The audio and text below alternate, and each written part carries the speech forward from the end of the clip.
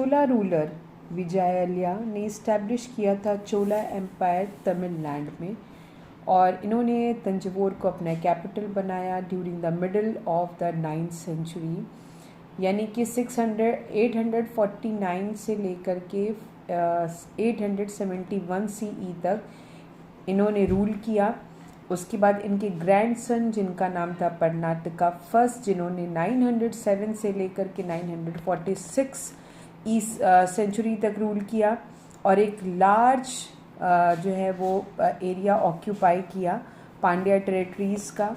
और उसके बाद इनके साथ सक्सेसफुल वॉर करने के बाद इन्होंने साइलोन कोस्टल एरियाज़ को भी अपने कब्ज़े में कर लिया। बिसाइड कर्नाटका अदर जो ग्रेट रूलर थे इस चोला एम्पायर के, जिनका नाम था राजा राजा, जिन्होंने 985 से लेकर के 1014 सेंचुरी तक रूल किया। उसके बाद राजेंद्र चोला जिन्होंने 1014 से लेकर के 1044 सेंचुरी तक रूल किया। उसके बाद राजाधिराजा चोला जिन्होंने 1044 से लेकर के 1052 CE तक रूल किया।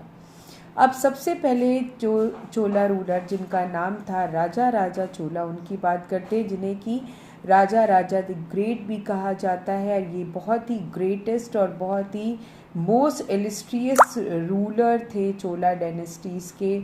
इन्होंने इंटरनल जो भी डिसेंशंस थे, यानी जो भी रिवैलरीज थी, वो सब ख़त्म करी, और उसके साथ ही साथ इन्होंने अपनी नेवल फ्लीट को भी बहुत मजबूत किया और चेरास के कुछ एरियाज़ पे वो यानी कि उनके सब कॉन्टिनेंट्स को ऑक्यूपाई किया। इनका रिवोल्ट पांड्यास के साथ भी हुआ और पांड्यास की बहुत सारी टेरिटरीज़ इन्होंने अपने अंडर में करी।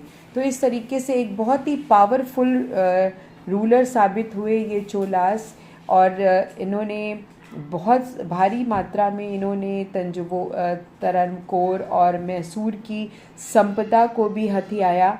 साथ ही साथ इन्होंने चालुक्यास को भी डिफीट किया जो कि वेनिजी के पास थे, और उसके बाद वेनिजी की अगर हम बात करें तो ये कलिंगा के पास, यानी कि कलिंगा के भी एरियाज़ को इन्होंने ऑक्यूपाई करके लगभग सभी कोस्टल एरियाज़ में अपना प्रभुत्व जमाया। इन सारे कोस्टल एरियाज़ को जीतने के बाद इनकी जो चोलास रूलर की जो पावर थी वो बहुत ही स्ट्रांग हो गई, क्योंकि इन्होंने उन क्षेत्रों को ऑक्यूपाई किया था जहाँ से इंटरनेशनल ट्रेड बहुत अच्छा हो सकता था। तो इस वजह से इनकी जो